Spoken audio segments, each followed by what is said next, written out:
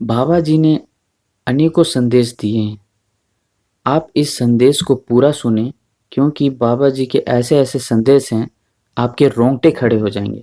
अंत तक सुने, इसमें जो भी संदेश बताए जा रहे हैं। तो स्वामी जी ने कहा, बाबा जी ने क्या क्या कहा था या क्या क्या कह चुके हैं, वो एक बार हम लोग फिर से सुनते हैं। अगर तुम सोचते हो कि मैं जनता का खून पी लूंगा, खाल खींच लूंगा, तो यह नहीं हो सकता है। जो तुम चाहोगे वो अब नहीं होगा। जो परमात्मा चाहेगा और महात्मा चाहेंगे, अब वो होगा। सत्संगियों, तुम एक वक्त खाने की आदत डाल लो। अगर तुम्हारे बच्चे हैं तो उनके लिए कुछ बनाकर रख दो।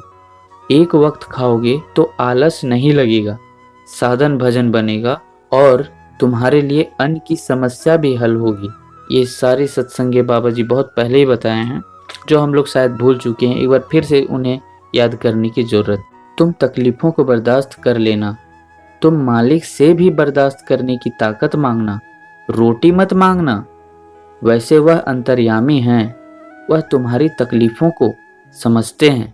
तुम्हें जिस चीज की जरूरत होगी वह किसी न किसी तरह से पूरी कर देंगे। बाबा जी अंतर्यामी है, ये सभी को जानते हैं। फिर भी हम लोग मांगने चले जाते हैं बाबा जी के सामने कि हमें ये दे दीजिए, हमें वो दे दीजिए। उन्हें पता है कि हमें क्या चाहिए और हमें क्या नहीं चाहिए। वह किसी न किसी तरह से हमारी जो भी जरूरत है वो पूरी कर देंगे। तुम्हें किसी से भी डरने की जरूरत नहीं है। निर्भीक होकर तुम अपने धर्म के प्रचार में लग जाओ। मेरी बातों को जन जन तक पहुंचा दो। दीवालों पर लिखकर, मुंह से बताकर, पर्चे बंटवाकर, जैसे भी हो इस काम में लग जाओ। इस सेवा से तुम्हारे कर्मों की सफाई होगी, जमीन की तैयारी होगी और फिर समय आने पर ध्यान भजन तुमसे करवा लिया जाएगा। आप जितने लोग इस सत्संग को सुन रहे हैं, बाबा जी के सत्संग को सुन रहे हैं, आप लोग भी इस वीडियो को जितने से ज़्यादा लोगों तक शेयर करें, ज़्यादा से ज़्यादा लोगों तक इस बातों को सुनाएं। इसका लाभ आप लोगों को भी मिलेगा। बाबा जी कहते हैं कि दीवालों पर लिखकर, मुंह से बताकर, पर्चे बंटवाकर या फिर इस तरह के जो संदेश मिल रहे हैं, इसे लोगों तक पहुंचाकर आप भी इस सेवा का लाभ उठा सकते हैं और बाद में समय आने पर ध्यान भजन तुमसे करवा लिया जाएगा। इस समय पर एक बच्ची को माँ की जितनी जरूरत नहीं, एक पत्नी को पति की जितनी जरूरत नहीं, या एक नाते रिश्तेदार की जितनी जरूरत नहीं, रियाया को राजा की जितनी जरूरत नहीं, उससे कहीं अधिक जरूरत अब जन जन को महात्माओं की है।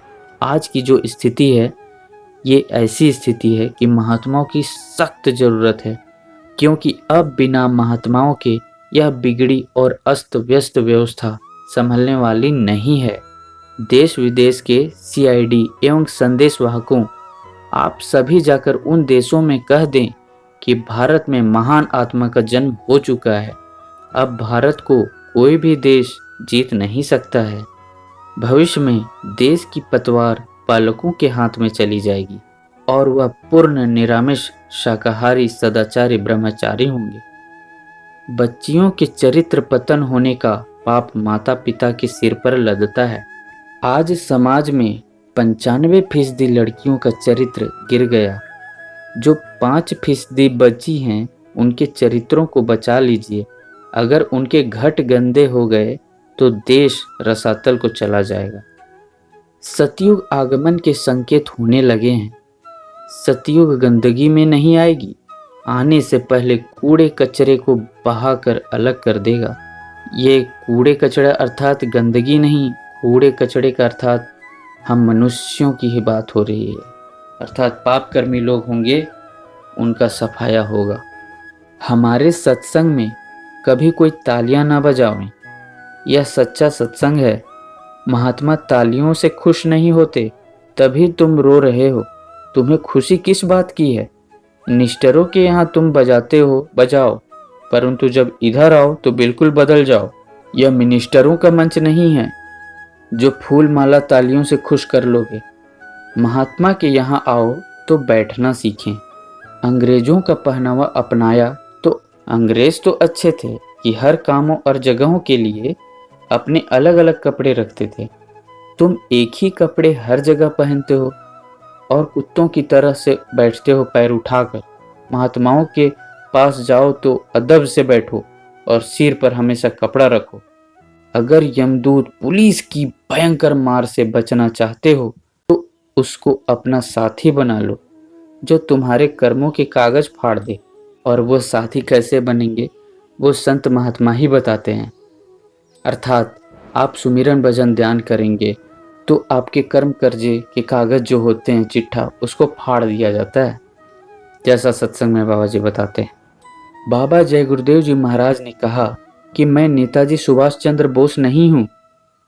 देखिए सत्संग में बाबा जी ने बताया है, बाबा जय गुरुदेव जी महाराज ने कहा कि मैं नेताजी सुभाष चंद्र बोस नहीं हूँ, मेरा नाम तुलसीदास है, मुझे किसी दूसरे के नाम की कोई ज़रूरत नहीं है।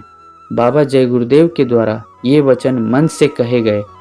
महात्मा मन से जो बोलते हैं वह पत्थर की लकीर होता है। इसलिए बाबा जय गुरुदेव नेताजी सुभाष चंद्र बोस नहीं हैं। यह कटु सत्य है। परिवर्तन होगा, इसे कोई रोक नहीं सकता।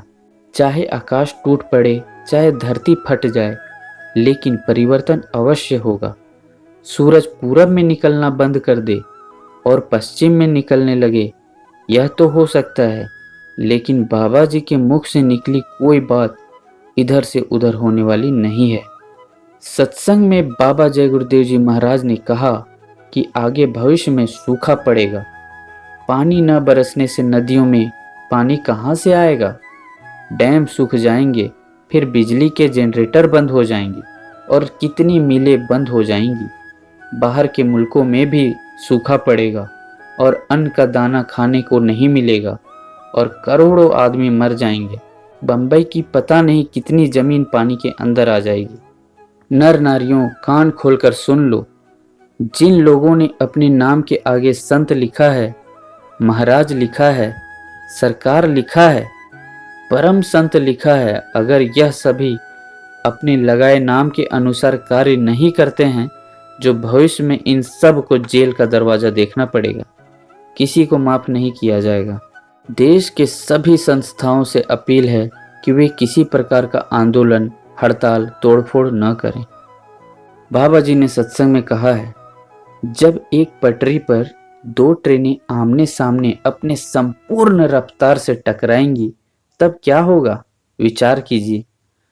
अब भी समय है, धर्म के पक्ष में आ जाइए, अन्यथा कल जब सतयुग और कलयुग की भीषण टक्कर होगी तो किसी की भी सुनवाई नहीं होगी। समस्त मनुष्य जाति से जय गुरुदेव संगत हाथ जोड़कर विनम्र निवेदन करती है कि आप सभी लोग मानव धर्म को अपना लीजिए, वरना कुदरत मनाने के लिए तैयार है। जय गुरुदेव।